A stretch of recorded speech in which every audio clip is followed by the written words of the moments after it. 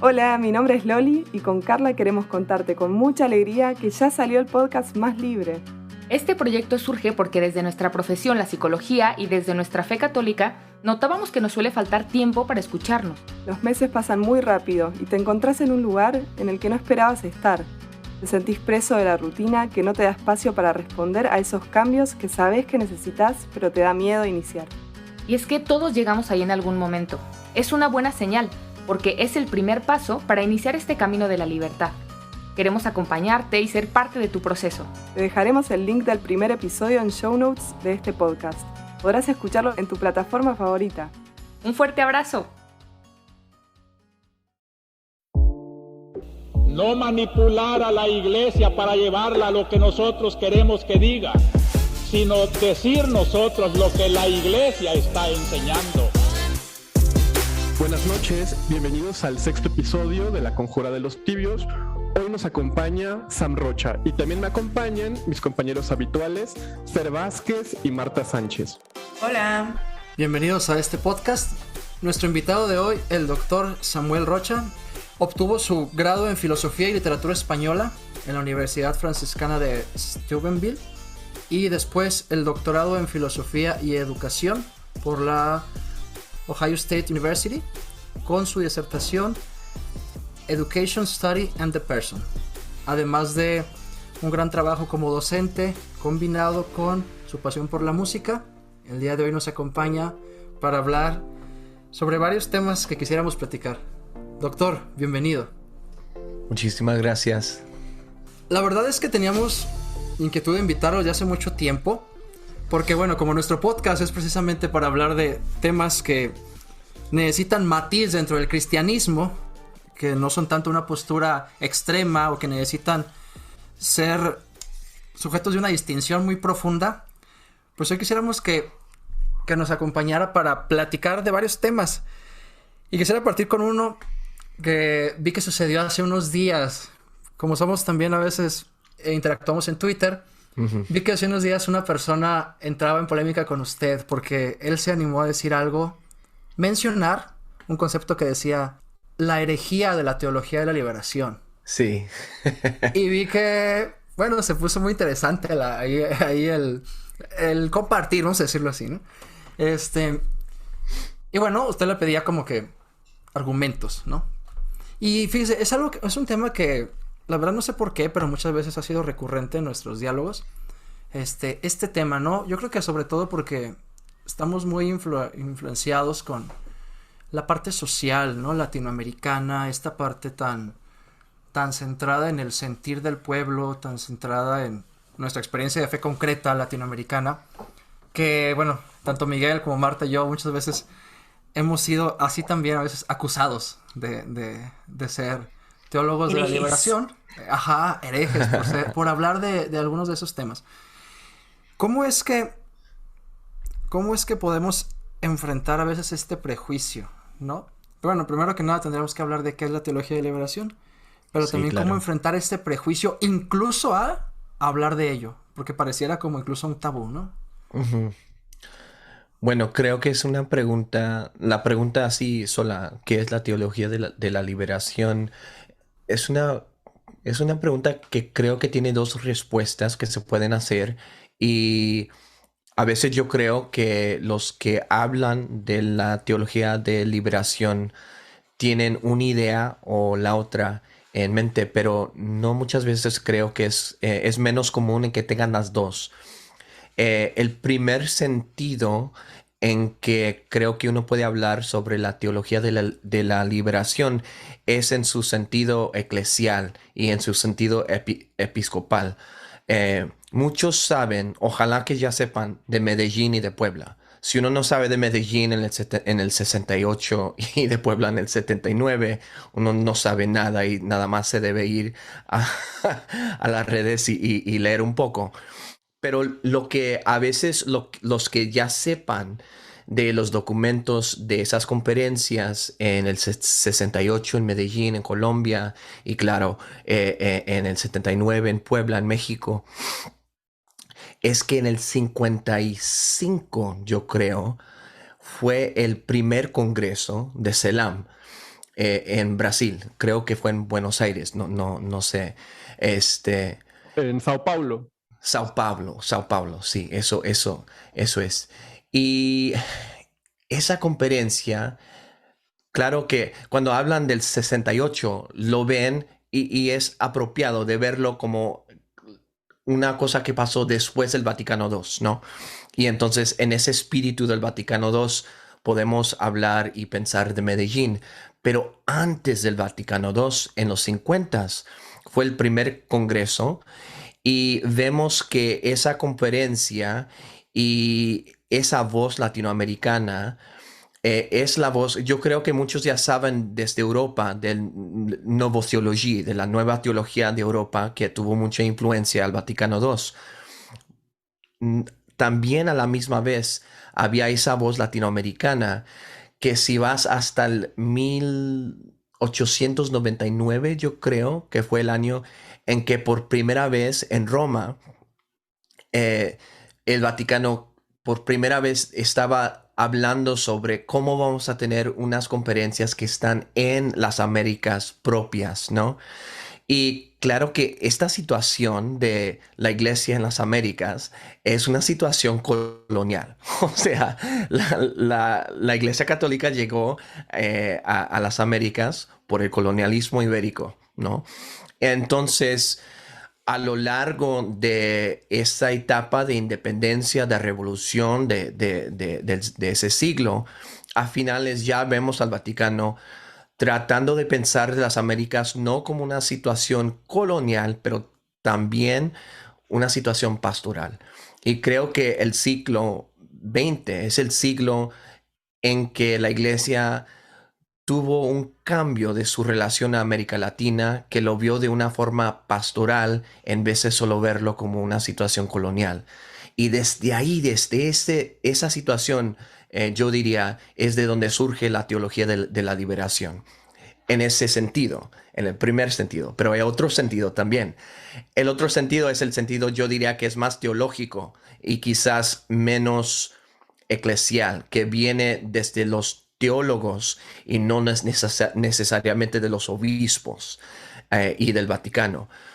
Y ese movimiento, claro que tuvo mucha relación con Medellín y con Puebla y con Selam y con lo demás, pero viene en los 70s. Yo creo que Gustavo Gutiérrez publica su libro Teología de Liberación en el 72. Creo que esa es la fecha. Y él está viendo atrás a los 60s, a los 50s. Él está viendo, claro, a muchas cosas que han pasado históricamente, incluso en ellos en Brasil, en los 50s y los 60s. Está viendo a figuras históricas como Paulo Freire, también de Brasil, y a otros. Y está tratando como teólogo de pensar en los temas de salvación, de liberación, de la pobreza, de temas que estaban detalladas en Medellín, pero de una forma, yo diría, más libre, porque hay un poquito más de libertad, yo creo, en la teología de lo que se encuentra en la situación pastoral de los obispos. Y creo que la distinción, y no hay que negarla, la distinción más clara que veo yo en, por ejemplo, los documentos del 68 y el trabajo de Gutiérrez en el 72, es la figura de Marx. Los teólogos tienen más libertad de enfrentarse con el diálogo que ya se estaba haciendo en América Latina, que estaba ubicado entre muchos textos, y incluso en ellos los textos de Marx. Y vemos que hay citas a Marx en Gutiérrez, pero también vemos que en Medellín no hay ninguna cita a Marx, y hasta hay muchas citas contra el comunismo y muchas de esas cosas. Yo creo que al centro de lo que es la teología de liberación hay una tensión entre este primer sentido episcopal, eclesial, y este segundo sentido teológico. Y claro que bueno, hay muchas razones de estas tensiones. Algunas son propias, yo creo, a las diferencias entre ser un obispo y ser un teólogo. Pero claro que específicamente una de esas tensiones es qué vamos a hacer con la figura de Marx, con el pensamiento de Marx y cómo vamos a usarlas o no. Y desde ahí surgen otras preguntas. Claro, con las revoluciones en El Salvador y Nicaragua surge la cuestión de la violencia. Pero así veo yo como en dos sentidos, pero dos sentidos que cuando las ponemos en diálogo vemos que surgen tensiones. También hay armonía, pero así veo la situación, así con las manos así grandes, ¿no?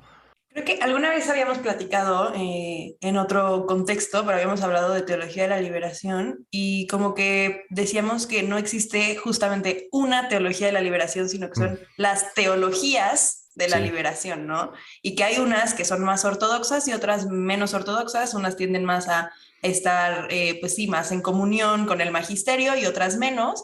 Sí. Y creo que es súper importante hacer justo este matiz, ¿no? No todo, y es algo que hemos estado diciendo y que como que constantemente decimos en este espacio, no todo lo que suscribe a una idea suscribe a todo el sistema de pensamiento, ¿no? No todo lo que suscribes a una idea suscribes a toda una ideología, ¿no? Platicábamos, por ejemplo, no por estar de acuerdo con el cuidado del medio ambiente, automáticamente vas a estar de acuerdo con el ecofascismo, ¿no? O cosas así. Sí. Entonces, ¿cómo podemos hacer esta distinción de tomar los matices positivos y también saber discriminar? No me gusta tanto esa expresión, pero discriminar lo que no va de acuerdo con, pues sí, con el magisterio. O sea, ¿cómo distinguimos lo que sí y lo que no cuando hablamos de teología de liberación?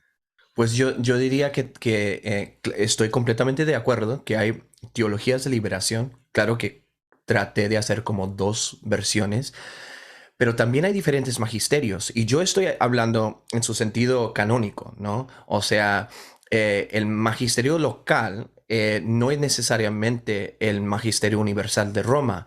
Si nos vamos a las edades medias, vemos que en París, en la Francia, donde estaba ubicado a Tomás de Aquino, todo el mundo sabe de Tomás de Aquino, de Aquino,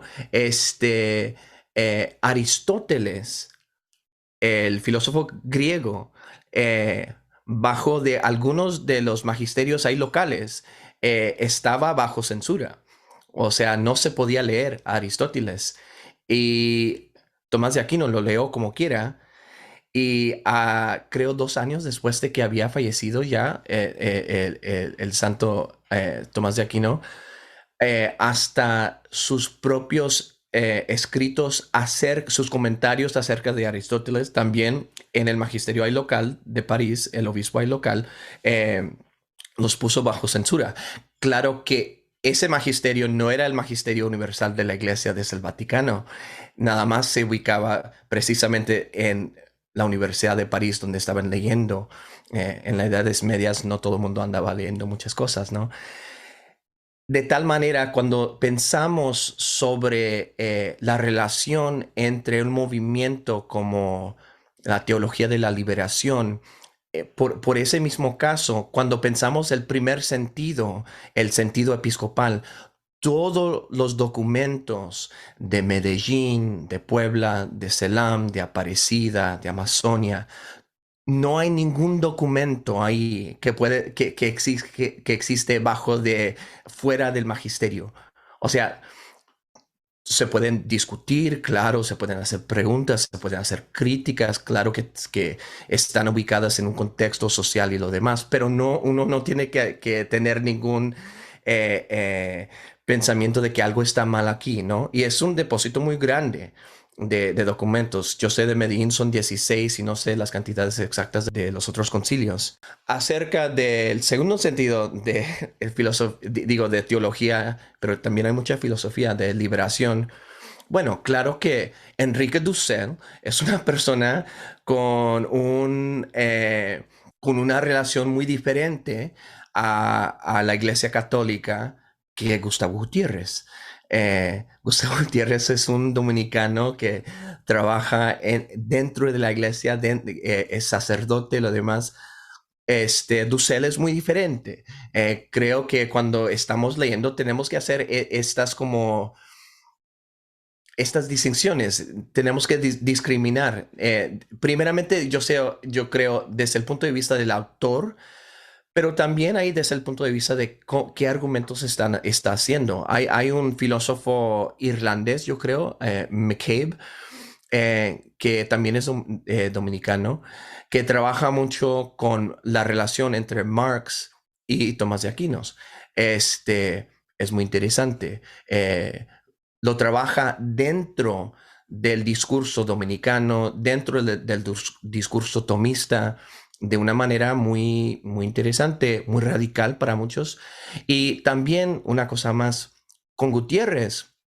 Gutiérrez sí usa a Marx, pero no apunta solo a textos modernos. En su trabajo ubicado en la vida y los pensamientos de Bartolomé de las Casas, por ejemplo, Gustavo Gutiérrez siempre dice que la teología de la liberación no surgió en el momento histórico del siglo XX, ya estaba en América Latina en su sentido crítico, no solo a la iglesia, pero también al poder colonial, en los escritos de las casas, en sus discusiones con Sepúlveda, en sus letras que mandó al rey español, con todo eso. Entonces, creo que cuando estamos pensando del magisterio, en el primer sentido, uno no tiene que pensar en eso. Y en el segundo sentido, tenemos que discriminar, pero cuando vemos el trabajo que hace, por ejemplo, un Gutiérrez que está trabajando dentro de la tradición, yo diría tradición aquí es mejor que el magisterio, dentro de la tradición de la iglesia, McCabe, esos son figuras que creo que podemos entrar en un diálogo más, con más confianza, que quizás alguien como Dussel, que ha hecho muy claro de que su relación a la iglesia es una cosa muy, quizás más o menos fea, ¿no? Pero todo el mundo debe saber eso cuando está leyendo a cualquier persona, ¿no? Pero hay unas ideas quizás. Yo agregaría que en el tema, por ejemplo, de Gustavo Gutiérrez, también es muy importante precisamente eso que comentaba Sam sobre la influencia de la Nouvelle Théologie. En Gustavo Gutiérrez es muy presente esta idea de otro dominico, de Jean-Dominique Chenu, de hablar del lugar teológico, del locus theologicum. Y esto tiene que ver con otro tema que me parece que no está presente todavía en la conferencia de Río, que es, como bien decía Sam, esta que inaugura las conferencias del episcopado latinoamericano, que es la idea de que América Latina sea iglesia fuente y ya no solamente una iglesia secundaria o una iglesia periférica. Entonces, en Medellín, que digamos es la recepción latinoamericana del Concilio Vaticano II, tomando en cuenta que América Latina tiene muy poca participación en el concilio, le da una, pues, voy a decirlo así, como un impulso muy fuerte a esta idea de hacer en América Latina, o hacer de América Latina también, una iglesia fuente. Y esto pues genera mucha producción teológica en muchos sentidos. Y recuperando lo que decía Marta, creo que es por eso adecuado hablar de teologías de la liberación. Sí. Ahorita Sam, por ejemplo, mencionó el caso de Enrique Dussel y la filosofía de la liberación. Yo tuve el privilegio de compartir mucho con uno de los fundadores de tanto de la teología de la liberación como de la filosofía de la liberación, que es el padre, en paz descanse, Juan Carlos Escanone, que él me contaba, porque a mí siempre me parecía extraña su relación con Dussel, ¿no? Entonces yo le preguntaba que por qué, y me decía, no, es que en este momento la inquietud que nos movía a todos era buscar precisamente una alternativa teológica desde Latinoamérica, respondiendo precisamente a la idea del lugar teológico, una teología que pudiera satisfacer las exigencias de la realidad. Entonces, por eso, por ejemplo, en Puebla ya encontramos a nivel magisterial explícitamente la opción preferencial por los pobres. Sí. Y esto pues también hace una distinción importante en las teologías de la liberación, que creo que podemos hablar mucho de ello, ¿no? Sam ya mencionó, por ejemplo, la importancia de Marx. Hubo ciertas teologías, por ejemplo, ahora recuerdo la del padre Hugo Asman, un chileno que convocó a esto que se llamó Cristianos por el Socialismo, que también con la influencia de la Revolución Cubana y demás, buscaban que la transformación de estructuras sociales en América Latina también tenía que venir por una vía armada, y su interpretación pues era muy sociológica, dependiendo de Marx y también de lo que se llamó la teoría de la dependencia.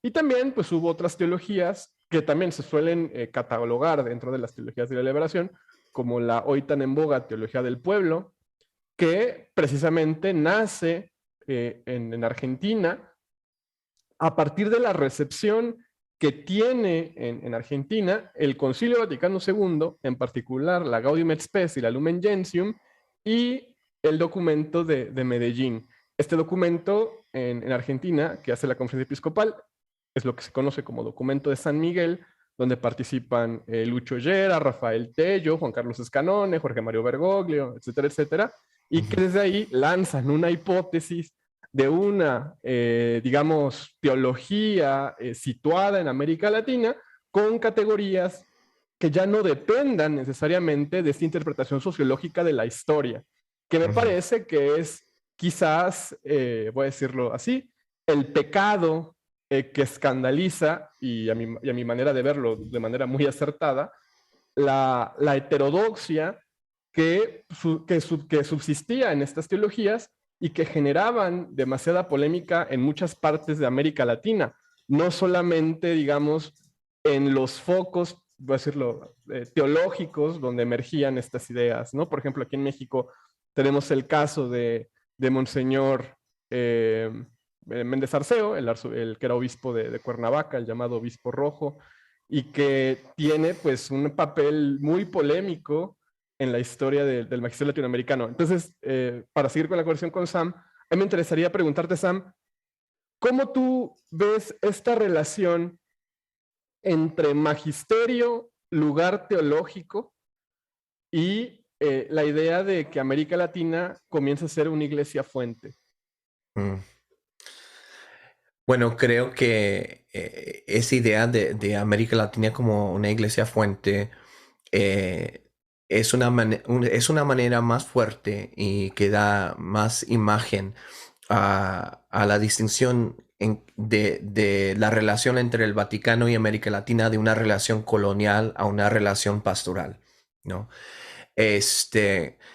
Y creo que claro que el tema de la pobreza es un tema muy real en los 50s, en los 70s. Mucho de esta teología nació en las favelas de Brasil, en los ejidos, nació en situaciones de una pobreza bruta, una pobreza que creo que hasta hoy en día una persona que ha vivido y que ha visto, y hasta más si ha tenido experiencia en esa manera de vivir, hay como una falta de no solo comunicación, pero como una falta es como una falta de una ética. La ética, claro que es solamente la cuestión de cómo debemos vivir, ¿no? Si hay diferencias en la vida tan grandes como este tipo de pobreza, como que no podemos tener ni morales, ni ética, ni nada en común. Y creo que ese sentido en América Latina no solo relación a Europa, pero también en este caso relación con lo que sería el primer mundo, su relación con los Estados Unidos, con Canadá. Claro que todavía se siente y se ve, pero creo que hasta más en los 50s y 60s y 70s se sentía y se veía como dos mundos, y hasta tenían un vocabulario de primero, segundo y tercer mundo para hablarlo, ¿no? Y creo que una iglesia que quiere hablar de Dios de primera clase, no de segunda clase, ni tampoco de tercera clase, que quiere hablar de las necesidades del pueblo de Dios con igualdad ante las clases y los mundos primeros, segundos y terceros. O sea, este sentido, y claro que por esa razón yo tengo mucho, yo puedo entender por qué el análisis de clase de Marx fue una cosa muy interesante para los que vivían en una sociedad completamente basada en clases, ¿no? Clasificada completamente de a tiro. Entonces, para mí, lo que significa ser una iglesia fuente es también una iglesia de donde puede originar y puede haber un tipo de creatividad y que puede dar algo y no solo tomar, y que se puede ver como no solamente en la parte del mundo, la parte de la iglesia que está pidiendo, pero también la parte que está regalando y que está dando. Y creo que cuando leemos los textos de la teología de la liberación, es casi como están soñando. O sea, no los lees y ves una cita. Por esa razón, no creo yo que, aunque sé que sí, la realidad social, todo eso es muy importante, pero lo que surge desde la realidad latinoamericana cuando yo estoy leyendo a la teología de liberación es más que nada como un sueño, como un espíritu de esperanza y más que nada una renovación del propio mundo y de la orden del mundo. Y creo que eso dio no solo mucho a Latinoamérica, pero también dio mucho al mundo global, tanto católico como también protestante, también judío. O sea, uno de los primeros que agarró a la teología de liberación, y creo que hay discusiones si quizás el manuscrito estaba hecho antes del 72 o no, 72, fue James Cone, que escribió en inglés Black Theology of Liberation. Y el prefatorio a ese libro fue escrito por Paulo Freire, que en ese tiempo estaba trabajando en el World Council of Churches, no sé cómo se dice eso en español. Consejo Mundial de las Iglesias. Sí, y entonces la teología de liberación, claro que es completamente católica, pero también yo creo que ese sentido de esperanza y de sueño y de regalar una cosa se realizó en el mundo tanto americano, estadounidense, global, en la África, durante los tiempos de los anti-apartheid, el trabajo contra ¿cómo se dice apartheid en español? Apartheid. No, sí, no hay otra palabra. Bueno. Sí, no. O sea, y creo que nunca la he escuchado esa palabra en español, siempre la he escuchado en inglés o la he leído, entonces no me aventuraría a decir que se pronuncia diferente. Pues qué bueno que no solamente fue mi falta de vocabulario. No, pero es que apartheid creo que no existe. ni siquiera está en inglés, es un término en Afrikaans. Sí, no, es cierto, es cierto. Y claro que ahí estaban también leyendo a la teología de liberación por las mismas razones y con los mismos, yo diría, sueños de la justicia, de preguntas y cuestiones sobre la pobreza y la orden social. Entonces, eso para mí es el cambio. Y hoy, en el 2022, creo que ese cambio se ha realizado, pero de forma quizás diferente a lo que habían pensado en los 50s y 60s y 70s, porque Europa ya no es el único, el único sitio de cultura cristiana ni de cultura católica romana en el mundo. Y ahora vemos a una iglesia mucho más global y una iglesia donde ese trabajo o sea, que el trabajo de liberación que nos dio los ojos o los sueños de ver a América Latina como una fuente, también dio sueños a the Philippines, no sé cómo decir, los filipinos, Sí, filipinos. Ajá. sí, también a la África, y también a muchas otras partes del mundo, a la comunidad negra protestante en los Estados Unidos, y muchos otros sitios en la tierra. Y creo que desde ahí vemos a un sentido quizás más grande de las teologías de liberación, de un punto de vista del lado del oprimido acerca de la pregunta de la teología, que es cuestiones sobre Dios, ¿no? Y cómo hablan de Dios los oprimidos. Y creo que hoy en día eso es lo que significa de una manera muy cotidiana la teología de liberación. Una manera de hablar de Dios que está al lado de los pobres y que surge con poder y también con igualdad, desde los oprimidos y desde los pueblos y las tierras y las naciones, pero también los individuos que sean oprimidos de una manera u otra. Me conmoví 2 veces ahorita que estabas hablando. Bueno, muchas veces, pero se me quedaron 2 cosas, ¿no?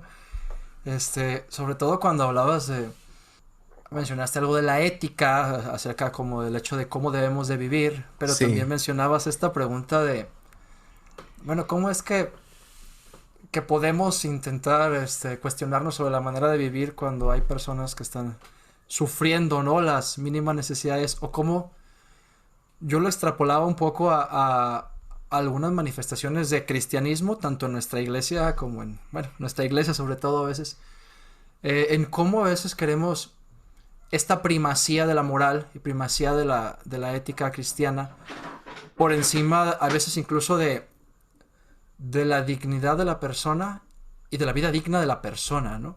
Como si lo más importante de nuestra fe fuera el cumplimiento de los mandamientos, cuando invisibilizamos al que sufre sus necesidades, cuando le ponemos el énfasis en si estás pecando o no, y no tanto en si estás viviendo, si tienes para vivir. Y eso, digo, porque la otra cosa que me conmovía mucho es cómo pareciera que el hecho a veces de no experimentar estas realidades, a lo mejor, o de no haberlas experimentado drásticamente, nos endurece el corazón. Uh-huh. O sea, nos endurece el hecho de decir que nos endurece a tal grado de que nos duele que los otros hablan de la opción preferencial por los pobres, que se hable de estos sueños, porque también eso me gustó mucho, y también ahí me detuve mucho en el hecho de que estas reflexiones latinoamericanas son un sueño, son una utopía, son un ver con esperanza. Es otro tema que seguido sale en este podcast, la esperanza. Porque, o sea, porque en realidad somos así, ¿no? O sea, somos así, desde las abuelitas, ¿no? Que nos decían, pues échale ganas, todo va a estar bien, sí se puede, Sí. podemos salir adelante, o sea, y así es nuestra cultura, o sea, así es nuestra cultura, que a veces desde la pobreza soñamos en que va a estar bien, y tenemos esa esperanza, y pues qué más cristiano que eso. Yo sí me quedo pensando, o sea, ¿por qué más cristiano que eso, no? O sea, Yo me y no estaba tengo acordando pregunta. mucho ahorita que estaban diciendo todo esto. Alguna vez, cuando hablamos de teologías de la liberación en los spaces, no me acuerdo quién lo dijo, pero alguien dijo como la experiencia de ser un católico latinoamericano, nadie que no sea un católico latinoamericano la puede entender, porque es la experiencia única de esta vivencia del catolicismo, también a través de esta visión, esta cosmovisión cultural que tenemos, que viene justo así, como dices, ¿no? De esta esperanza, de este sueño y de vamos a salir adelante y del sí se puede y del, bueno, si ahorita, si tú no puedes, la familia va y te ayuda y te empuja para que salgas, ¿no? Y esta parte ¿cómo hablan de Dios los oprimidos? ¿Cómo hablan de Dios quienes están en esta posición de tener que salir adelante, que no están ya en una posición en donde dicen, yo estoy bien y le agradezco a Dios porque estoy bien y tengo todo? O sea, ¿cómo hablan los oprimidos que no tienen todo y también pueden agradecer ese no tener todo? ¿No? Creo que Sí, se me hace una experiencia muy particular de lo que es ser un católico latinoamericano y un católico, a ver, o sea, un católico latinoamericano también puede tener muchas subexperiencias, ¿no? No es lo mismo, pues, lo que podemos vivir nosotros desde, como dicen, desde el privilegio, ¿no? ujú, Que otras personas que no están en este privilegio y personas que a lo mejor tienen todavía mayor privilegio, ¿no? O sea, sí. ¿cómo te relacionas con cómo te relacionas con la esperanza teologal, cómo te relacionas con la fe, cómo te relacionas con el evangelio, dependiendo de el esquema en el que te mueves también. Mm, Experimentas diferente. sí. Eso me recuerda mucho de un libro de Pablo Freire, que en portugués está dedicado, tiene una dedicatoria como de 7 estrofas, pero la primera línea es aos esfarapados do mundo. En español la traducción sería a los desarrapados del mundo. Y está bien esa traducción, pero si nos enfocamos en la palabra en portugués, esfarapado, viene del farapo. Y la guerra dos farapos, la guerra de los farapos en Brasil, que era del lugar propio de donde venía Paulo Freire, de Pernambuco, fue una guerra, una batalla entre militares locales y el imperio portugués, y se vestían de farapos, o en ese tiempo se vestían desarrapados con ragged clothing, que tenían ropa que estaba... Harapos, Sí, en español es harapos. sí. Entonces, pero en la historia militar de Brasil, en la guerra dos farapos, perdieron más batallas que en ningún otro en todo en toda la historia de Brasil. Entonces eran perdedores, perdían siempre, pero siempre querían andar luchando y siempre seguían luchando. Y este sentido de Freire, aos esfarapados del mundo, era una imagen de todos los que en el mundo están batallando y perdiendo, pero que siguen batallando y que siguen luchando hasta la igualdad. Esa imagen para mí es la imagen de la comunidad, no solamente de la teología de liberación, pero del pueblo de Dios, ¿no? De la iglesia propia. Y creo que para mí lo que más me ha impactado, bueno, son 2 cosas en la teología de liberación. Primeramente, este sentido de salvación cualitativa de Gutiérrez, que habla de una salvación que no se ubica en el individuo, pero una salvación casi como cultural o social.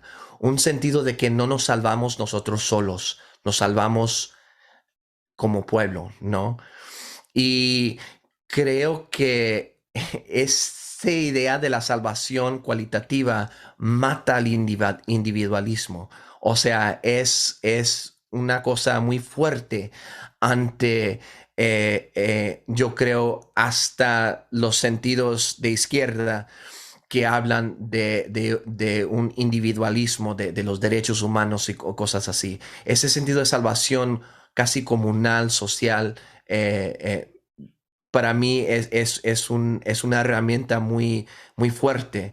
Pero secundariamente es que yo creo que la visión eclesial de la eclesiología, así se dice, ecclesiology, sí, su visión eclesial de qué es la iglesia, qué es el pueblo, y se responde así, el pueblo, ¿no? El pueblo, que la iglesia es el pueblo de Dios. Y creo que la iglesia como el pueblo es también un sueño, pero también una realidad muy concreta.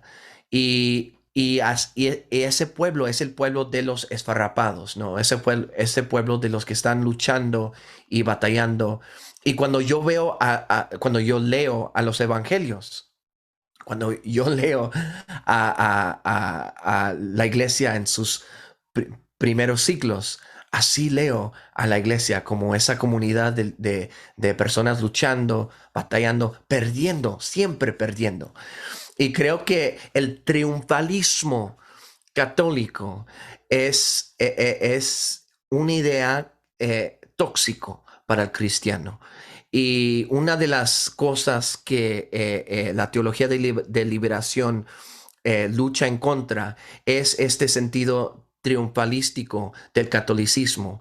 Y en vez de esa imagen de triunfo, vemos esa imagen en inglés sería de losers, ¿no? De personas que no ganan, que lo pierden todo, pero en poder perder y seguir luchando, ganan a su salvación, ¿no? Esa idea para mí es sumamente cristiana, pero también una parte de la teología de liberación que surgió no solamente desde la tradición grande de la iglesia, pero también desde la propia tierra de Latinoamérica, de los propios pueblos, de los propios pobres y de esta propia iglesia que nació en esta tragedia del colonialismo, en esta tragedia del mestizaje, del afrolatino, del indígena, de estas tragedias éticas, morales, históricas,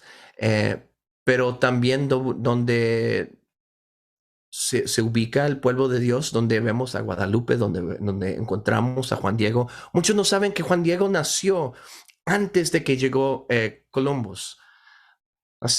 Él ya tenía como unos 50 años casi, yo creo, cuando se le apareció a la Virgen. Pero era un indígena precolombiano que se encontró a su madre, la Virgen Morena, con su propia piel, con su propia cara, con su propia imagen, con esos símbolos desde su cultura azteca, de su pensamiento náhuatl, ¿no? Y creo que ahí vemos, creo que todavía más, de una forma más radical que estamos viendo, yo creo más en como Amazonia, de que Medellín fue un concilio muy conservador cuando estamos pensando desde el punto de vista del pueblo indígena, desde el punto de vista de aspectos históricos a relación al colonialismo y lo demás, pero para allá vamos, ¿no? Y yo sé que yo estoy en Canadá y el Papa se ha encontrado con dos grupos ya de indígenas canadienses desde sus pueblos, de hablar sobre la relación entre la Iglesia católica y las escuelas aquí, y las tragedias y los pecados y los abusos que pasaron aquí. Para mí eso es parte de la teología de la liberación, estos diálogos, y claro que el diálogo con un Papa latinoamericano con sus colegas también americanos del norte de Canadá, y encontrarse en Roma, en el Vaticano, o sea, no, ahí podemos ver el sueño de Medellín, del sueño de Buenos Aires, de esos sueños realizándose hoy en día, pero tenemos que continuar, ¿no? Ahorita que decías de la Virgen de Guadalupe, justo el 12 de diciembre del año pasado vi un tuit de alguien no católico, de hecho de alguien que le tira bastante al catolicismo, que se me hizo súper fuerte, y lo guardé porque dije, sí, o sea, decía, no puede ser que un país que tiene y ponía entre comillas, emperatriz a una mujer morena, sigamos siendo clasistas, racistas y feminicidas, ¿no? Y se me hizo durísimo, porque claro, o sea, tenemos esta visión triunfalista en la iglesia y no vemos a aquel que está sufriendo. Y creo que es algo que hemos hablado mucho en el podcast, y además fuera del podcast también, nosotros así como en conversaciones normales, este sentido de tener que dar la batalla cultural y ganar la batalla cultural y no te dejes ganar y no seas oveja, que por ejemplo yo lo pensaba mucho el domingo que estábamos escuchando el Evangelio del Buen Pastor, ¿no? Y que te dicen de que no seas borrego, salte del rebaño, y es como, ¿por qué querría hacer eso si Jesús es un pastor, ¿no?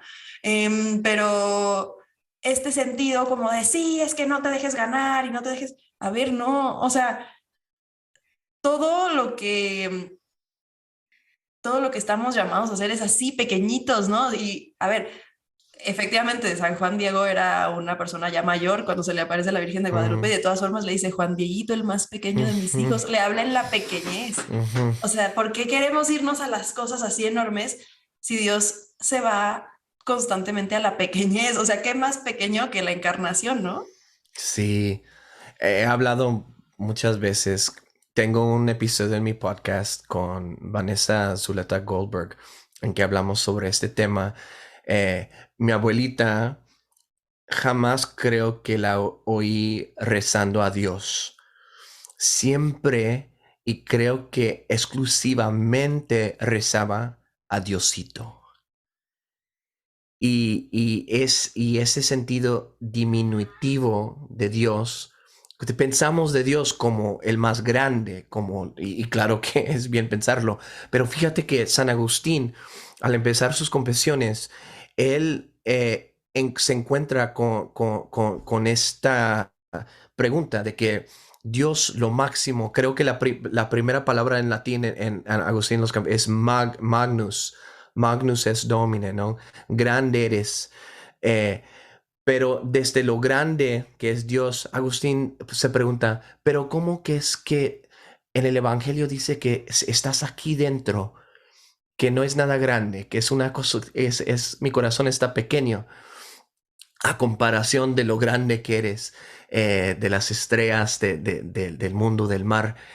Y creo que es... esta distinción entre lo grande y lo pequeño nos trae a precisamente la encarnación, y no solamente el tamaño de Dios, pero también la realidad de que el tamaño de Dios no se abusa, no cambia, no pierde nada en hacerse pequeño, en hacerse diminutivo, ¿no? Y creo que eso es una cosa muy importante para el que no se sienta muy grande y para el que se sienta quizás de tercera clase o de tercer mundo, o de que, bueno, esta iglesia nació por allá, ¿no? Por ejemplo, en el África, en Etiopía, claro que la iglesia ha estado ahí desde el primer siglo.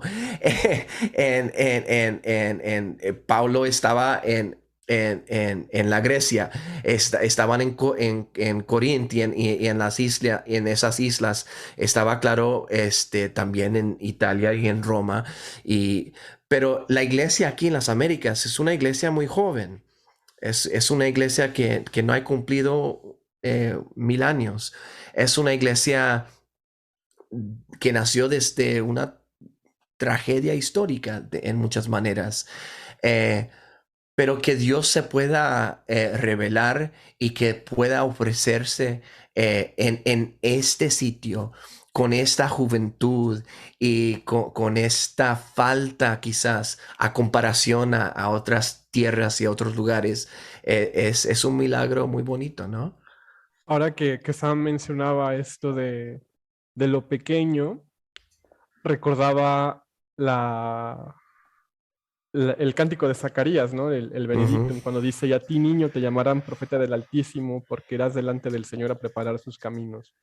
Y reflexionaba cómo esta figura del Diosito que llama a los pobres de espíritu, a los sencillos, el mismo que entra a Jerusalén montado en un burro y que solamente reconocen los niños, precisamente en esta experiencia de la iglesia latinoamericana nos marca una pauta de reflexión teológica que creo que es muy importante, que precisamente, además de trascender el triunfalismo católico, nos lleva a reflexionar sobre lo inadvertido que nos puede pasar el Evangelio y la santidad. A mí me encanta el Papa Francisco en Evangelii Gaudium, cuando habla de los santos anónimos, que de pronto irrumpen y que permanecen anónimos, son nuestros ejemplos de santidad. O sea, ahora Sam hablaba, por ejemplo, de su abuela, ¿no? Y cuántos de nosotros no hemos tenido como maestras de teología a estas mujeres anónimas y pequeñas,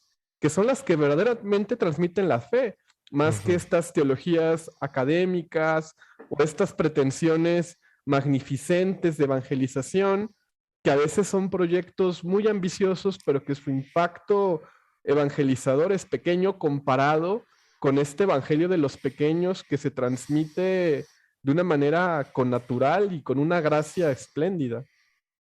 No, sí, estoy de acuerdo. Creo que hay quizás tenemos que tener un tercer sentido de teología de liberación. Tenemos a los, el sentido grande, ¿no? De los concilios, de los obispos, de los papas, 3 papas diferentes que mandaron a los concilios de los 50, de los 60 y de los 70.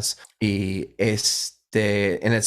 secundariamente, claro, la voz del teólogo, que muchas veces es también sacerdote, pero puede ser también laico.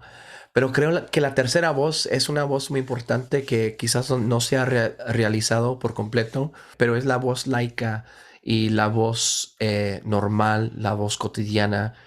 Fíjate que creo que hasta podemos ver diferentes versiones de voces en los papas. Por ejemplo, tengo aquí el libro de Francisco, Let Us Dream, que es solamente una entrevista, ¿no? Es como cuando andan los aviones nada más hablando, es así, o sea, no tiene mucha autoridad en un sentido canónico ni en un sentido eclesial. Pero fíjate que como creo que de muchas maneras prefiero a la voz de Francisco cuando está hablando así ligeramente en entrevista, que quizás también me gustan sus letras, y Fratelli Tutti me gustó mucho, y Laudato Si, también la letra que dijiste de Evangelii Gaudium. Pero creo que también la iglesia misma puede realizar también su voz normal, ligero, pequeño. Pero todavía creo que ahorita estamos viviendo en este tiempo de la sinodalidad. ¿Cómo se dice en español esa palabra? Synodality. Sinodalidad. Sinodalidad, sí. Y creo que este momento es un momento en que la iglesia quiere empezar quizás o continuar empezando a oír esa tercera voz, la voz laica, la voz pequeña, la voz ordinaria, quizás la voz invisible, la voz de esos santos y claro que es un proyecto casi imposible, porque los que sinceramente no pueden hablar quizás son los que no pueden hablar, los que no tienen ningún acceso a la iglesia. Yo cuando estaba en el colegio fui a Honduras con una misión donde viajamos todo un día en los montes ahí a un pueblo donde venían a dar misa cada 3 meses. Porque, bueno, era un pueblo muy difícil a encontrarse y claro que no creo que el Vaticano va a poder escuchar tanto de esos pueblos. Quizás tiene planes que no sepa yo, pero al fin de cuentas yo creo que es la esperanza, ¿no? De que la iglesia pueda escuchar y también hablar en la voz chiquita, esa voz pequeña de las personas ordinarias. Y creo que también una cosa que está surgiendo desde Francisco es también empezar a escuchar a las voces que no sean católicas, ¿no? En este libro, pero también en Fratelli Tutti y en muchos otros lugares, está citando mucho a personas que no sean ni católicos, ni quizás en muchas veces cristianos. Y creo que eso es también una cosa muy difícil, que a veces le da muchas personas tienen un temor ante lo que llaman la teología de la liberación solamente porque está en un diálogo que escandaliza, porque es un diálogo secular, que es un diálogo académico, donde no hay paredes, ¿no? Creo que es importante también, quizás esa es la cuarta voz, pero ya llevo 4 voces, ¿no? Ya son muchas. Las que sean necesarias, no te preocupes. No, y sobre todo eso, ¿no? El miedo de dialogar con la cultura, tal vez, ¿no? O sea, y a lo mejor en ciertos sentidos está fundado porque rompe nuestra comodidad o nuestra zona de confort, ¿no? Las altas especulaciones teológicas y magisteriales, pero tocar la cultura, al final de cuentas, implica un conocimiento distinto, una sensibilidad distinta y una apertura, ¿no? A cosas que son a lo mejor completamente ajenas o nuevas. Y además como a cosas que implican también un cierto experimentar esa cultura, ¿no? O sea, por ejemplo, ahorita, hace rato mencionaste ya en dos ocasiones, tanto cuando hablábamos de cómo la teología de liberación influyó en las iglesias cristianas protestantes y mencionaste también el tema de la raza, el tema del racismo, ¿no? Sí, también, sí. por ejemplo, es otro tema que también nos da el prejuicio de hablar, ¿no? Y quisiera tomarlo también para hacer otra pregunta, si podemos hablar también un poquito de esto tal vez, sobre cómo muchas veces en general o la iglesia en algunos aspectos de su diálogo nos da miedo tratar estos temas que a lo mejor son considerados también con cierto prejuicio.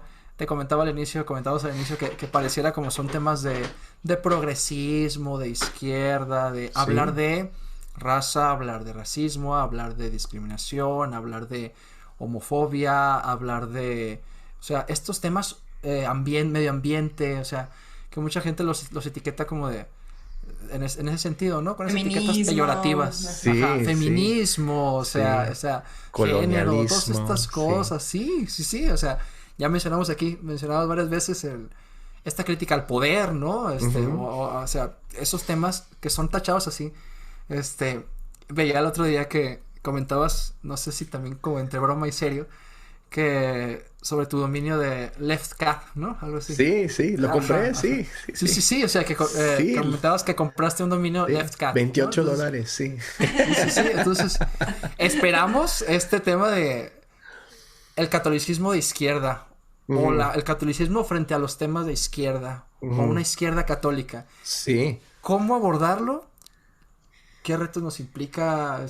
¿Qué ideas traes? Así, a lo mejor así dejo el tema sobre la mesa. No, sí, bueno, es un tema que creo que es mucho más fácil comunicar y discutir en español y en un contexto latinoamericano de lo que es en un contexto estadounidense en inglés, porque left and right en inglés, leftism es como tiene sentido, pero rightism no tiene ningún sentido. En español, el izquierdismo y el derechismo son como un par, en que uno sabe lo que es ser de derecha, lo que es ser de izquierda, lo que es el izquierdismo, lo que sería el derechismo. Uno sabe de lo que es un Pinochet, uno sabe de lo que es un Castro, ¿no? Fácil, todo el mundo lo sabe. Y también hay una historia revolucionaria que en los Estados Unidos la revolución pasó en el siglo XVIII. Pero las revoluciones y lo que es la realidad postcolonial de Latinoamérica no es nada necesariamente ideológica. O sea, todo el mundo lo encuentra. O sea, los países no existen como países, como naciones en el Caribe, en Latinoamérica, sin revoluciones, sin independencias, que tienen una relación no solo político, pero también religioso, en que en los Estados Unidos esa rebelión fue contra Inglaterra, una nación que dejó al catolicismo con el rey Henry VIII, ¿no? Pero en América Latina, esas revoluciones, esas guerras de independencia pasaron entre el mundo ibérico, Portugal y España, que eran naciones sumamente católicas, ¿no? Entonces ahí... muchos de los caudillos también eran personas, o sea, eran católicos practicantes y los estandartes de la revolución incluso eran estandartes Exactamente, con imágenes exactamente. Cuando vemos el Grito de Dolores y cuando vemos a Guadalupe Hidalgo, vemos mucho antes de la teología de la liberaciones a curas, a sacerdotes que llevaban armas, que llevaban ejércitos, ¿no?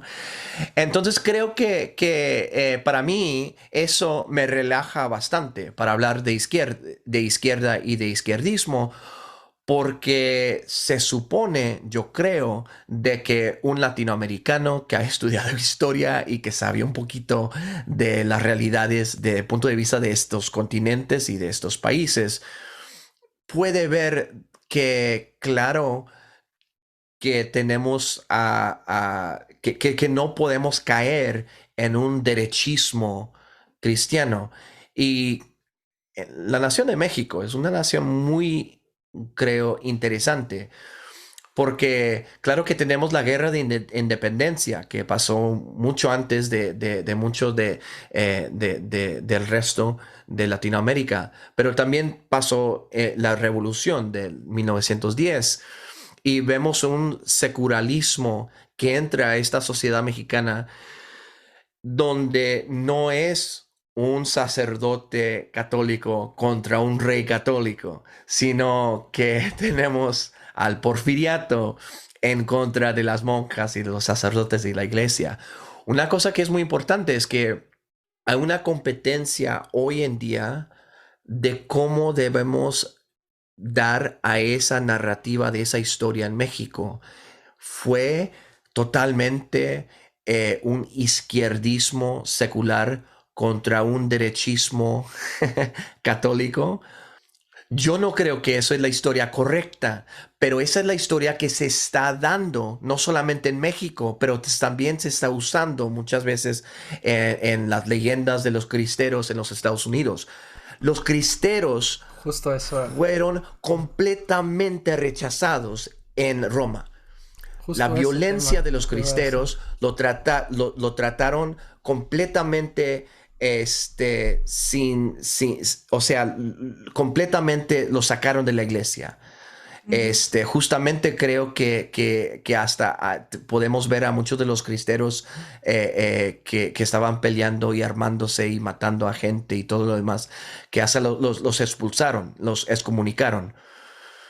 Entonces podemos ver ahí que no hay una situación mexicana donde el derechismo después del 1910 de la iglesia se enfrenta con el izquierdismo del país y del secular. Podemos ver, yo creo, que es una situación muy difícil y hoy, después de la cristiada y de la revolución y de esas etapas, podemos ver uno de los frutos más peores que ha caído en la iglesia global con una persona que estaba muy cerca a ese tipo de derechismo de la cristiada en la figura del sacerdote Maciel. Y podemos todos ver de una forma de que el sentido de que tenemos que estar al lado de la iglesia, al lado derecho, al lado de la cristiana, de ahí no surgió una iglesia santa, no nació de ahí una iglesia pura, de ahí salió una iglesia de abusos y de violencia y de maltratamiento y manipulación y todo eso.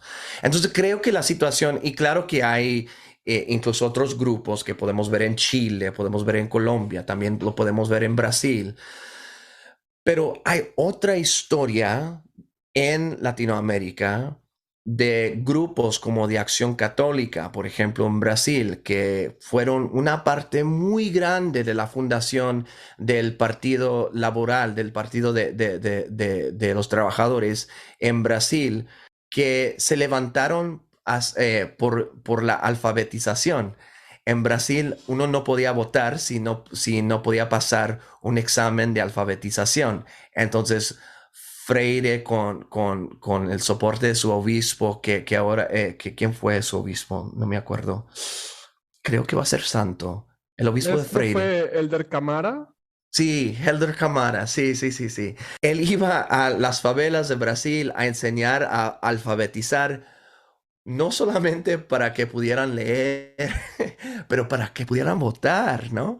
Y en ese caso, claro que el coup de Brasil fue precisamente por ese levantamiento a través de la alfabetización.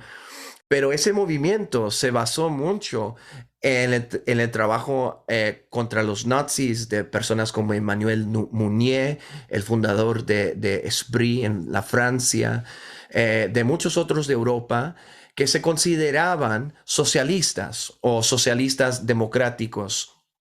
Democratic Socialists o Social Democrats. Habían algunos debates, por ejemplo, entre Mounier y Maritain, que tenían unas ideas un poquito diferentes acerca de lo que era el socialismo o la democracia. Pero en América Latina estaban leyendo a Maritain y a Mounier, estaban viendo las revoluciones, estaban reaccionando no solamente de derecha, pero también de izquierda ante la secularización de izquierda. Entonces, yo creo que en Latinoamérica hay como derecha, izquierda, por lo menos. Hay 4, no 2.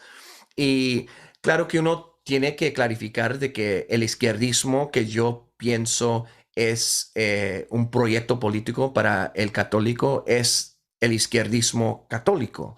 Es el izquierdismo de Romero, es el izquierdismo de Freire. Sería ese tipo de izquierdismo. No sería el izquierdismo de Benito Juárez, ni tampoco de Porfirio Díaz, ni de Plutarco Calles.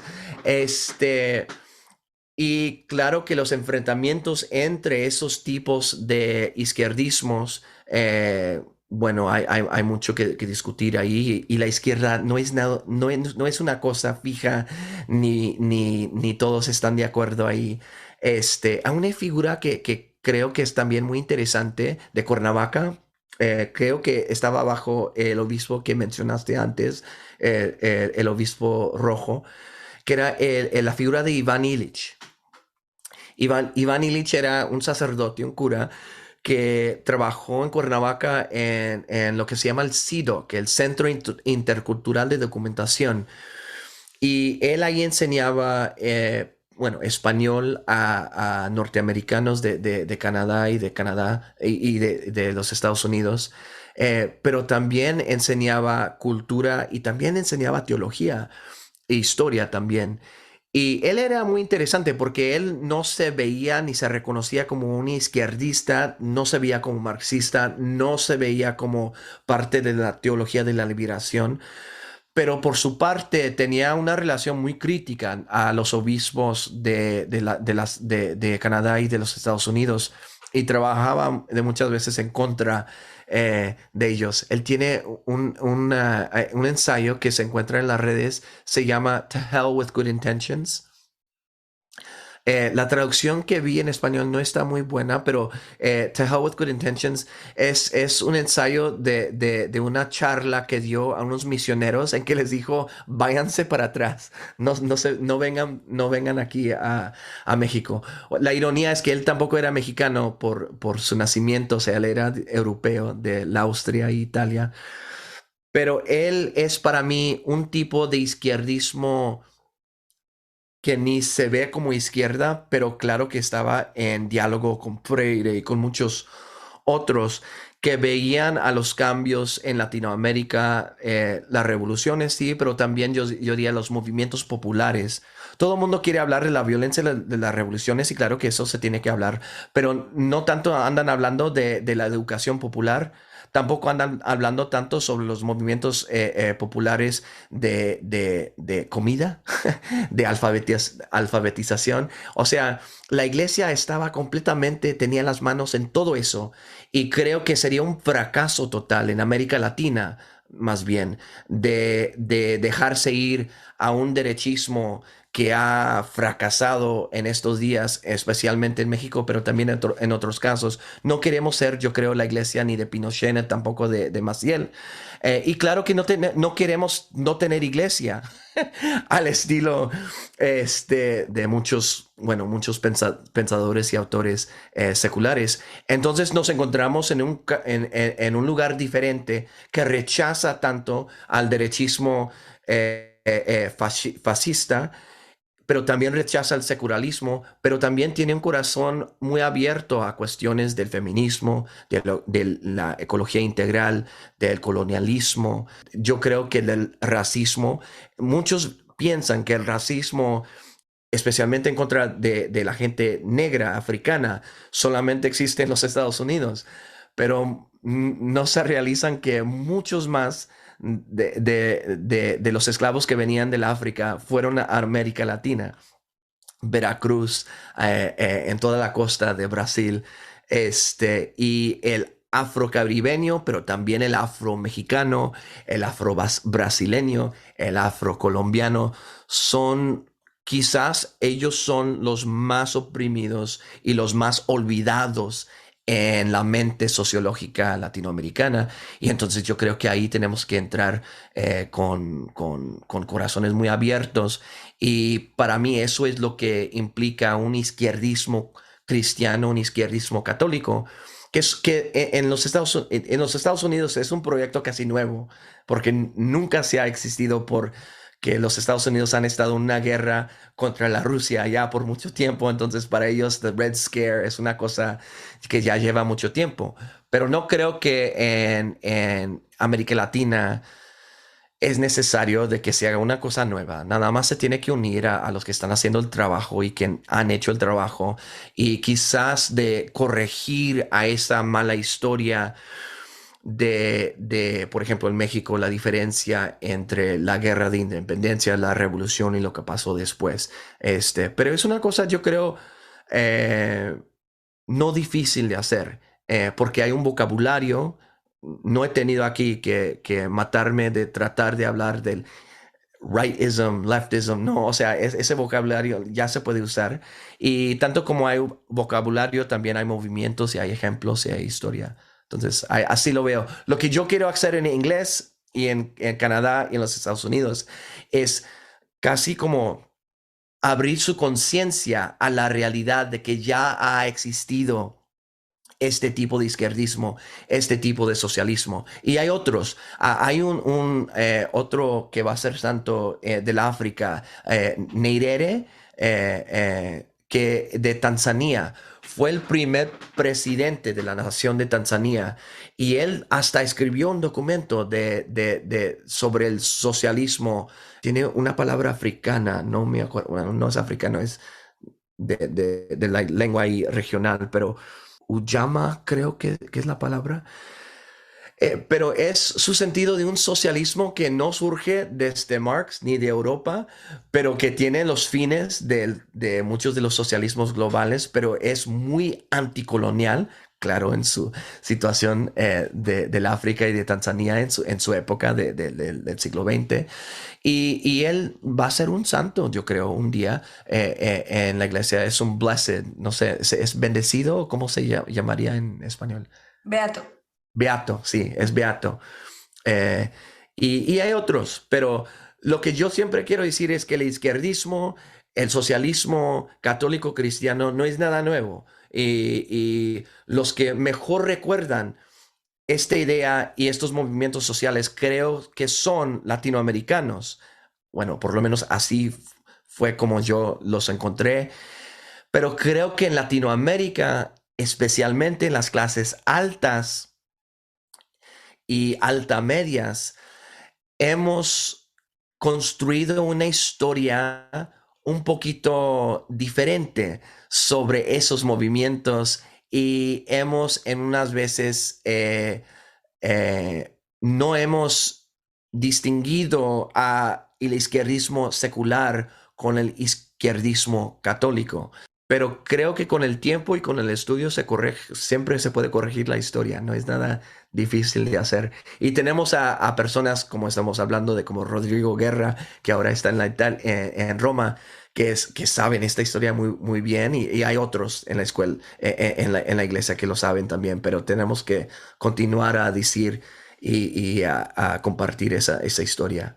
Para ir cerrando, Sam, a mí me gustaría preguntarte, o sea, como hispano en Estados Unidos, en Canadá, tú, digamos, ¿cómo has visto el abordaje de estos temas tan polémicos en estas realidades, pues digamos, biculturales, donde a veces el discurso teológico es complicado, ¿no? Y donde creo que también hay mucha confusión, sobre todo entre mexicoamericanos. No sé cómo lo veas. Bueno, mi biografía es una cosa muy difícil o sea, hasta yo no, cuando yo me veo en el espejo, no tengo un sentido muy claro de quién soy culturalmente. Nací en Bronzeville, al lado de Matamoros, México. Mi familia paterna, Rocha Vela, son, bueno, mi abuelo supo que era estadounidense cuando el ejército llegó a su rancho, rancho La Reforma, para llevar a él y a sus hermanos a la guerra de la Segunda Guerra Mundial. Y claro que no hablaba ni una palabra de inglés, entonces lo mandaron después al rancho de nuevo. No cruzó la frontera lo Jamás, cruzó él. exactamente, la frontera los cruzó. Igual a mi lado materno, son montaños. Ellos, sabemos un poquito más de dónde vienen, son como 6 generaciones, llegaron en el siglo XVI de España, y fueron soldados en el Camino Real. Pero creo que en el siglo XVIII como que no querían andar en el Camino Real de México a Nuevo México todo el tiempo, entonces se quedaron en lo que hoy decimos Nuevo México, y empezaron ahí en Cajilón, Nuevo México, a ser pastores de ovejas. Entonces, por un lado, tengo un rancho de caballos y otro pastores de ovejas. Los dos norte de la frontera mexicano-americana. Pero en los dos casos, bueno, mis abuelos de los dos lados, su lengua materna fue el español. Y en el caso de mis abuelos paternos, nunca aprendieron a hablar inglés. Pero como estuve en una familia misionera, laica, nos fuimos a México. Viví en Reynosa, México, por 2 años, 3 años. Fui a la primaria, a la escuela Ignacio Manuel Altamirano. Entonces también tuve una experiencia mexicana nacional, ¿no? Y claro que cuando yo vivía en México, todo el mundo me veía como un extranjero, porque no me veía gringo ni lo hablaba, pero tampoco era mexicano. No tenía el porcentaje más alto en mi clase de grados, pero no me dejaron ser el abanderado porque les parecía mal que un estadounidense anduviera con bandera. Entonces, soy un fronterizo, ¿sí? Y soy mestizo, soy fronterizo, soy mexicano, pero no soy mexicano, soy americano, pero también en mi vida sé muy bien de que para muchos americanos tampoco soy americano. Entonces, es una cosa difícil, y ahora vivo en Canadá como inmigrante. Y eso también se me hace muy, difícil, pero fíjate que creo que tiene mucho que ver con la segunda parte de tu pregunta, que para mí no pertenecer a la cosa que eres es una experiencia más común. Entonces, para mí, ser católico sería como sería la cosa que tengo más, la cosa que no ha cambiado, ¿no? He vivido en 3 países, en muchos lugares, pero he tenido a la iglesia como una casa, ¿no? Pero dentro de esta casa, nunca me he sentido de que tengo que ser un católico de forma X ni de una forma otra, porque he estado en muchas iglesias católicas y yo sé que, por ejemplo, la Renovación Cristiana de México fue muy diferente al Cursillo de los Estados Unidos, que fueron los dos muy diferentes a The Charismatic Renewal Movement en inglés, y vi con mis propios ojos cuando esos encuentros entre la comunidad Palabra de Dios y la comunidad de Bread of Life en Akron, Ohio, tuvieron un encuentro y no se podían ni hablar ni compartían nada, pero y hasta su música como que no caía bien, y yo estaba ahí entre los dos lados aprendiendo a cantar alabaré, pero también aprendiendo a cantar de los cantos que cantaban en inglés, y a tocar al estilo más norteño con requintos y esto, y también al estilo de strumming muchas veces. O sea, he vivido entre mundos que son exactamente en papel, exactos, carismáticos, católicos, lo demás. Y luego los protestantes que también eran católicos, que también eran carismáticos, ¿no? Y luego estar en una iglesia negra protestante, donde yo tocaba guitarra, y encontrar también a la espiritualidad carismática, pero sin la iglesia, sin todo eso.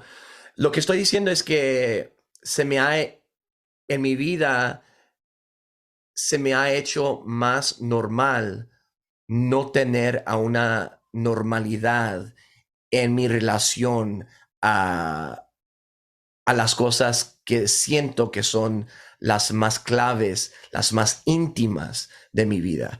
Entonces, para mí, muchos ven las cosas que digo acerca de la religión o de la iglesia como críticas de una persona que está muy enojada y que no quiere tanto a su iglesia.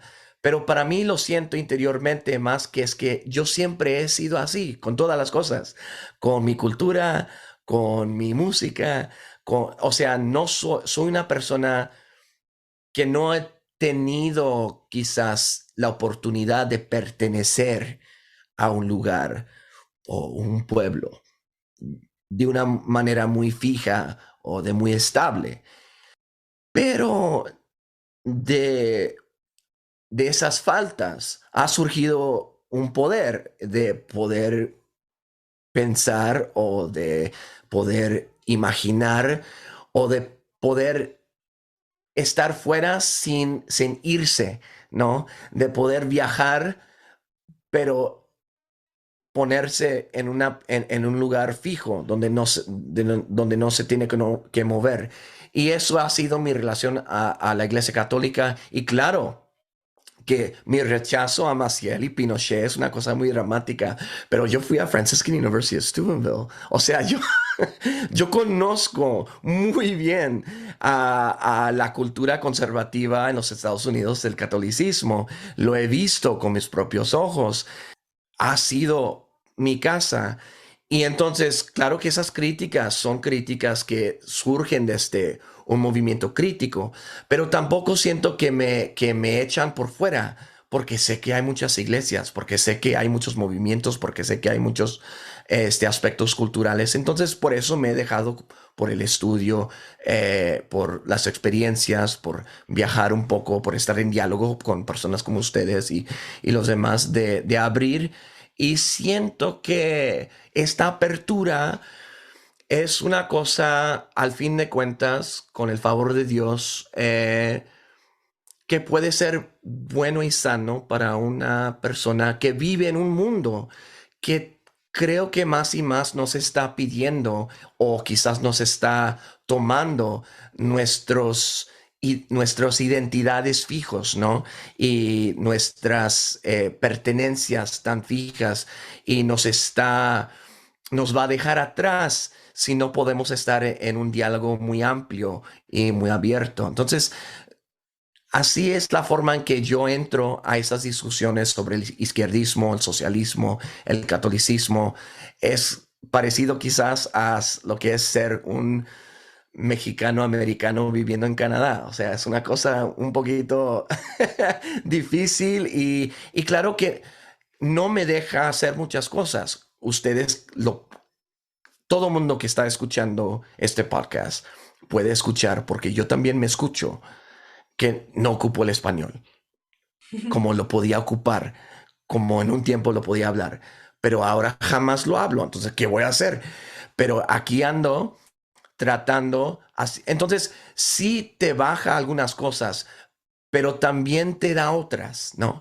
Y creo que muchos de los que no quieren entrar en un diálogo sobre estas ideas es que no quieren dejar ir algunas cosas, que no, quizás por no andar hablando español, no vas a hablar un español muy bueno, pero tampoco te va a quitar tu identidad hispana, mexicana. O sea, no me veo o no me escucho y digo, ay, no soy, no soy Samarrocha, ¿no? Soy lo que soy. Hay un poema de un poeta puertorriqueño, Juan Antonio Cortejer, ¿lo conocen?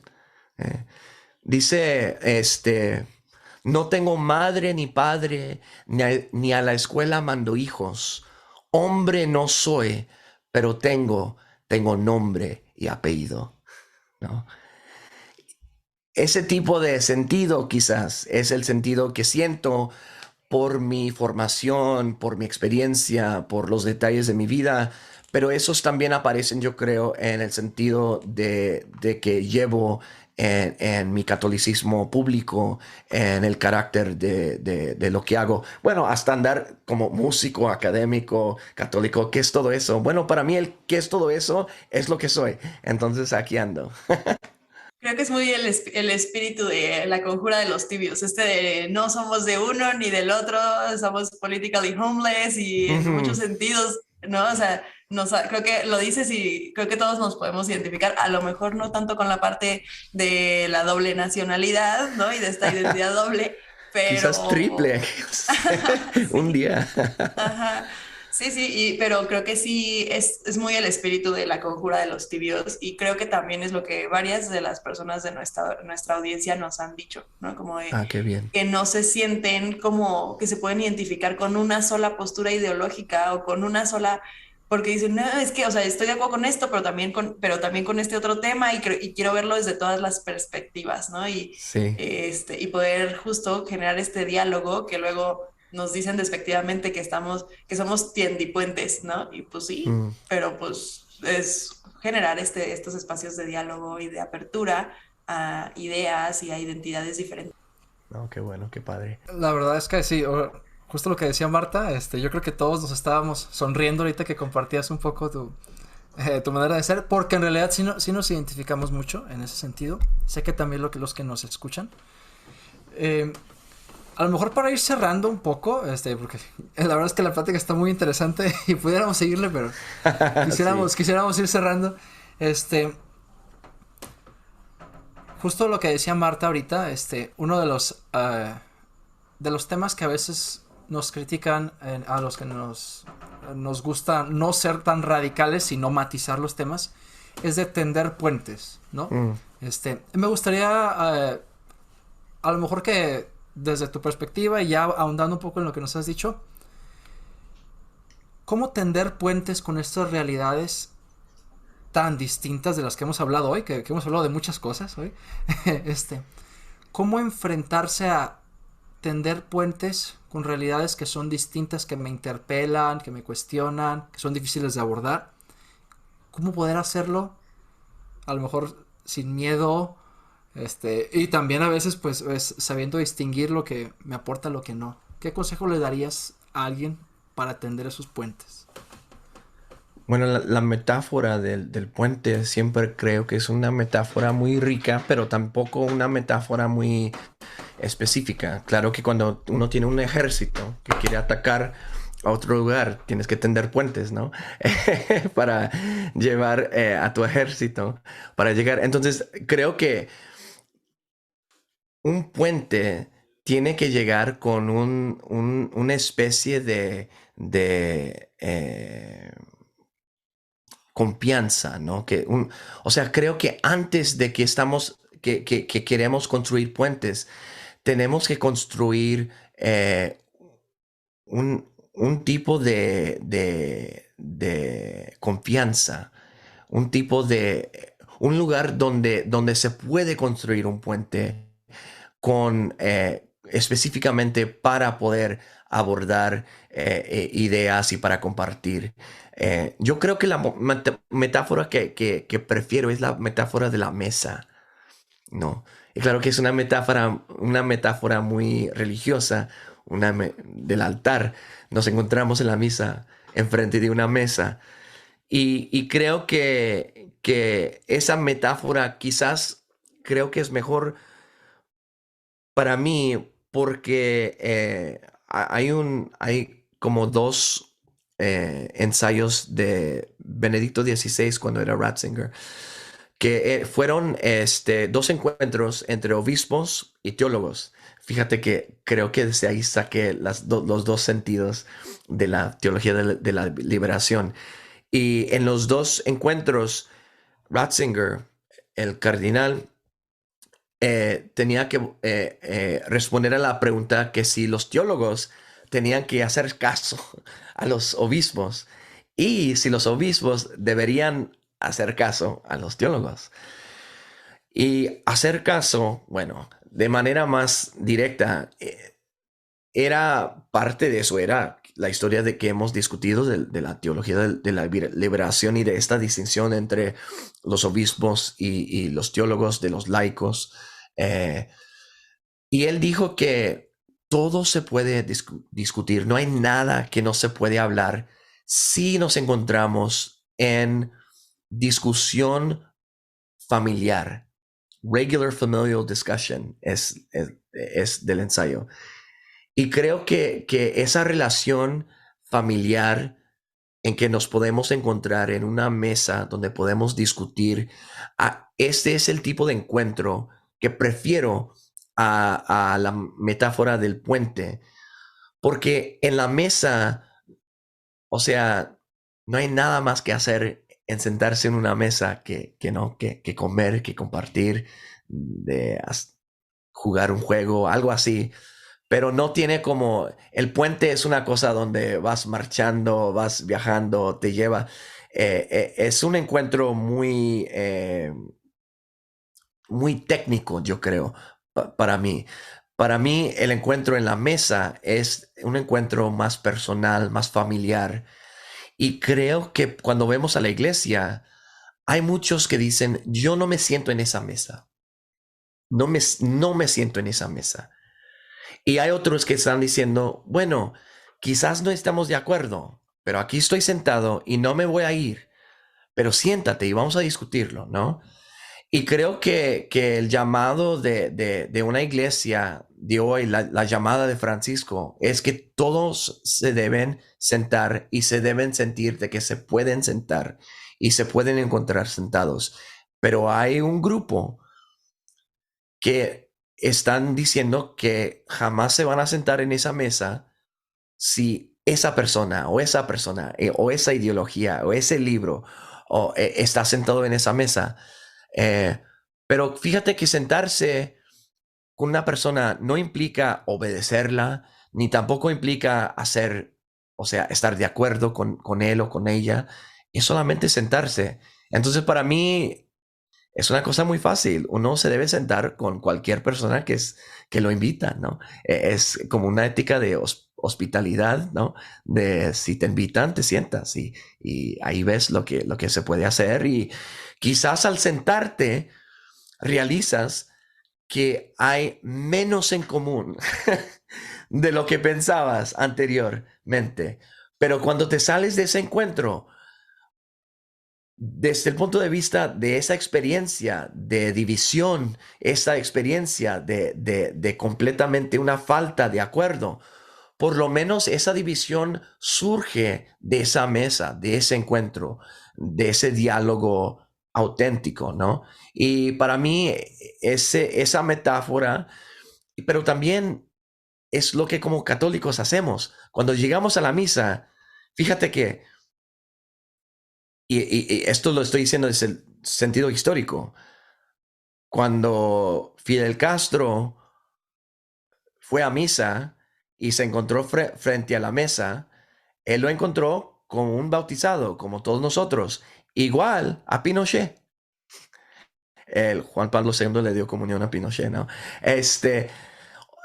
Cuando llegamos como católicos frente a la mesa de Dios, frente a la mesa, o sea, teológicamente, litúrgicamente, estamos en una igualdad radical donde a todos se nos ofrece al cuerpo de Cristo, a la palabra de Dios y todo eso. Entonces, para un católico todavía más, creo que vivir la misa en nuestra vida diaria y vivir lo que es este encuentro que es abierto y para todos los bautizados es una cosa no solo como metáfora, no solo como cuento, pero como nos invita a vivir nuestra fe.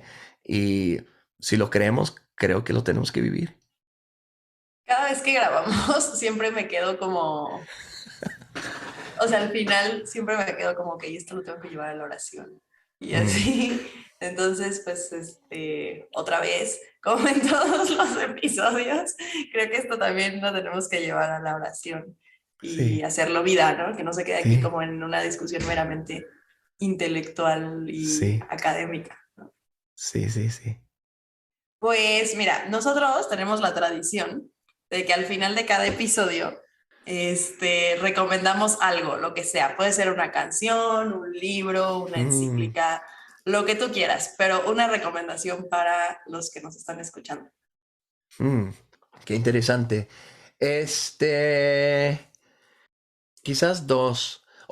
No he leído y creo y lo quiero leer a el Papa Francisco en ¿qué es el título? ¿Déjanos soñar o qué? Soñemos juntos, creo. Soñemos juntos, sí, es más bonito. Pero yo lo quiero leer en español porque claro que cuando Francisco nos habla en español nos está hablando desde su idioma propia, ¿no? Es una cosa muy bonita que me ha gustado mucho durante esos tiempos. Me siento como se sentiría un polaco, ¿no? Oír a Juan Pablo II hablar o a un alemán, oír a Benedicto XVI hablarles en su idioma como paisano, como una persona que comparte ese aspecto.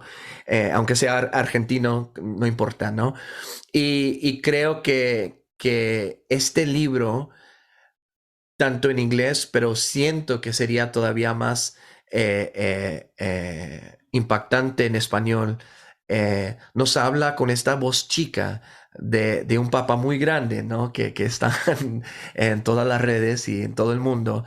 Y creo que es una voz que nos deja ir a la oración y no andar checando si es, o sea, por ejemplo, en Fratelli Tutti hay esta línea donde dice que capital punishment, ¿cómo se dice capital punishment? La pena de muerte. O la pena que la pena de muerte es inadmisible, ¿no? Inadmissible. Y entonces todo el mundo sacaron sus cuadernos y ahora sí, cuando podemos, es esta estrofa con las que dijo Ratzinger o Benedicto XVI y Juan Pablo II, ya quedó fuera la pena de muerte. Ok, o sea, es que todos lo están viendo casi como en un deporte donde van quién va ganando y perdiendo. Cuando leíamos a Francisco en esta voz chica, como que no tenemos que andar buscando quién va ganando y quién va perdiendo. Podemos llevarlo a la oración y también creo que podemos ver una concretización, porque da muchos ejemplos y muchos de los ejemplos, no todos, pero muchos vienen de América Latina. Hay un pasaje donde habla de un basurero. Y yo conozco mucho de los basureros porque, bueno, viviendo en México creo que todo el mundo sabe de lo que... Pero aquí en Canadá tuve que dibujar un poco con las palabras lo que es un basurero, ¿no? Y lo que hace y cómo vive y de dónde viene y todo eso. Entonces yo diría este libro en español es un libro que quizás todos podemos leer Y yo también diría que es muy importante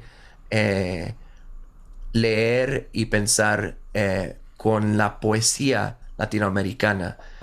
Y creo que hay un aspecto poético que recurre desde Juan Pablo II a Benedicto XVI y también con Francisco, que es muy amante de Borges y de muchos otros, pero que tenemos, yo creo que orar, estudiar y también de estar en contacto con la poesía. Y yo diría un poeta que todo el mundo sabe, quizás todos hemos leído, pero hay que releer, yo diría, a 20 poemas de amor, ¿no? Porque Neruda, por su parte, yo creo que dio vida a un movimiento revolucionario en su tiempo que parecía mucho a lo que se ve en esa misma época con los cristianos y los católicos de acción y esos movimientos populares y sociales. Entonces yo siempre me gusta ver un poeta, un político, un literato secular, pero leerlo como católico y compararlo a la cultura y a los movimientos que están cerca de ese ambiente artístico.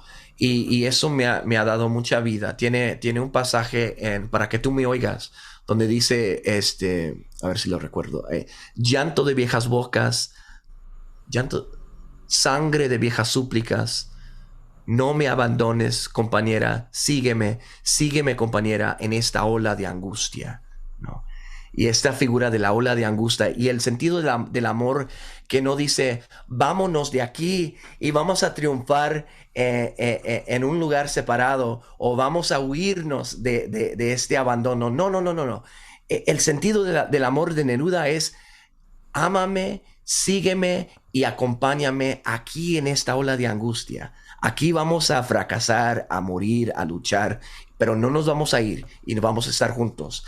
Y creo que este sentido de un amor que no es el omnia vincit amor, que el amor, un amor triunfalista, ¿no? Pero este sentido de un amor que es el amor de la cruz para mí.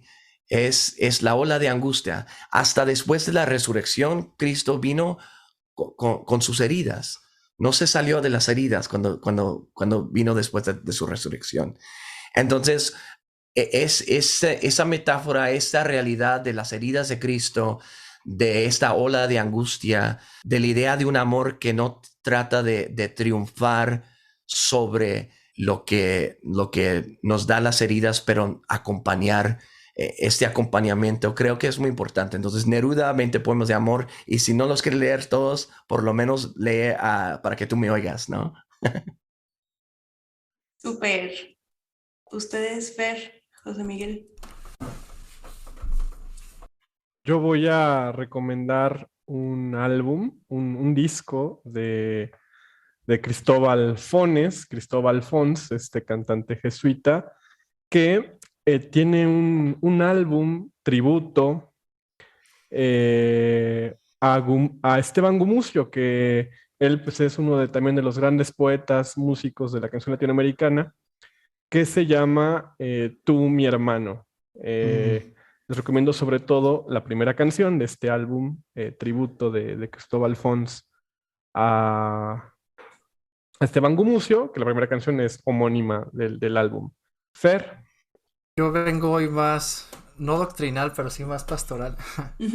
Este documento del Encuentro de la Pastoral Juvenil de Paraguay, Civilización del Amor, Proyecto y Misión, que acaba siendo el proyecto pastoral del CELAM, el último, y que está lleno de todo a lo mejor de lo que hemos hablado, esperanza, realidad, juventud, alegría. Sirve como un darse ánimos a lo mejor en épocas que parecen muy pesadas. Civilización del Amor, Proyecto y Misión, nos da muchas luces y recomendadísimo.